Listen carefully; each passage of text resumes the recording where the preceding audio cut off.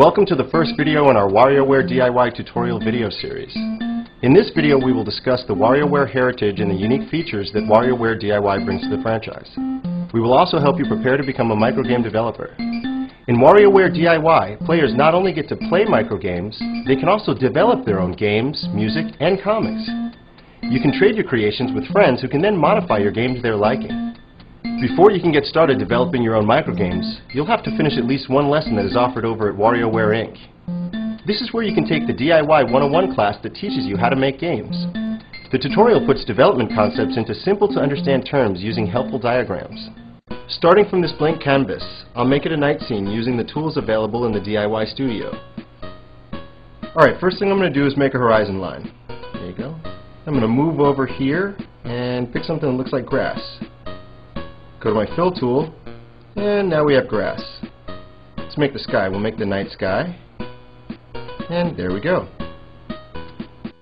Tapping on the stamp here, and we will put this house over here. Add a tree, and let's put a little bit of foliage in front of that tree. There we go. Pretty good background. Our first step in creating our microgame will be to draw and work with some art. Let's head to the D.I.Y studio and create some animated graphics for a rocket game. Our game will feature a solitary object. Take a look at how I use the copy function and other tools to help me quickly create our primary object. Okay, now I'm going to zoom out so that I can copy my image. And there we go. That'll help me with symmetry. So there we have the body of our rocket. And now let's add some detail. Okay, there we got a cockpit. Fill it in blue. And go ahead and make the ship white, why not? I'm going to draw a fin here on the ship.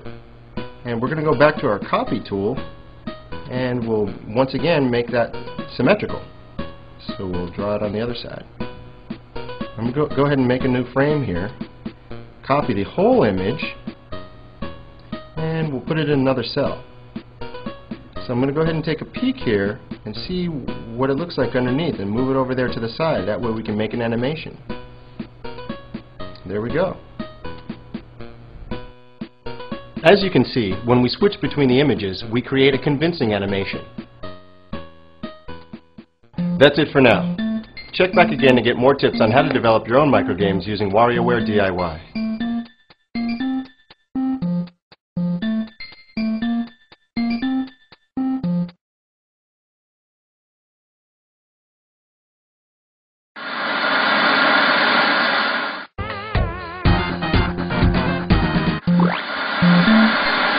Welcome to the second beginner video in our WarioWare D.I.Y tutorial video series.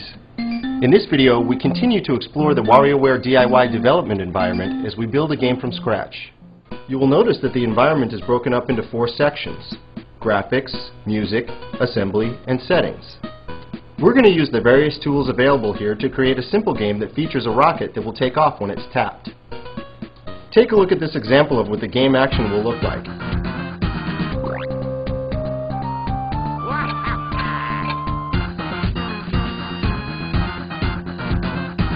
Since we made our background and our object in the last video, we can begin to apply action instructions to our assets. We do this using the tools in the assembly area. First, we're going to create a game starting point. In this case, the starting point will show our rocket standing still on the grass. Now that we have an object on the background, we can assign it a trigger. Triggers are events that will make the object do something. The trigger that we're going to use in this case is a tap from the stylus. We want the rocket to fly away when the player taps it. Take a look at how we can achieve this using the assembly tools. Okay, now I'm going to give the rocket its first action instruction. Okay, we're going to select the trigger type as a tap. This object, as opposed to anywhere on the stage. And now we have a trigger. Let's go ahead and give it an action. In this case, we're going to make it travel. We're going to have it go straight from its current location in a specific direction. Okay, we could have it go right, but this is not a car, this is a rocket, so let's have it go straight up. And we'll go with a normal speed, and there we go. Now that we have a trigger, we can add a bunch of actions for the object to perform. Let's add an art change action so that the rocket looks like it's shaking while it launches. We're going to loop that art at a higher speed. The trial play function allows us to test our game whilst in mid-development. Let's use this function now to test our game. Notice that nothing should happen until we tap the ship. Notice that the ship flew away when we tapped it. This means that our art goals are complete. Being able to assign AI to objects is an essential component of creating your own microgames. Remember, there are many more AI functions available to you in the development environment. Once you understand the more advanced features of the DIY Studio, you'll be well on your way to bringing out your inner game developer. Thanks for watching, and check back again for more tips.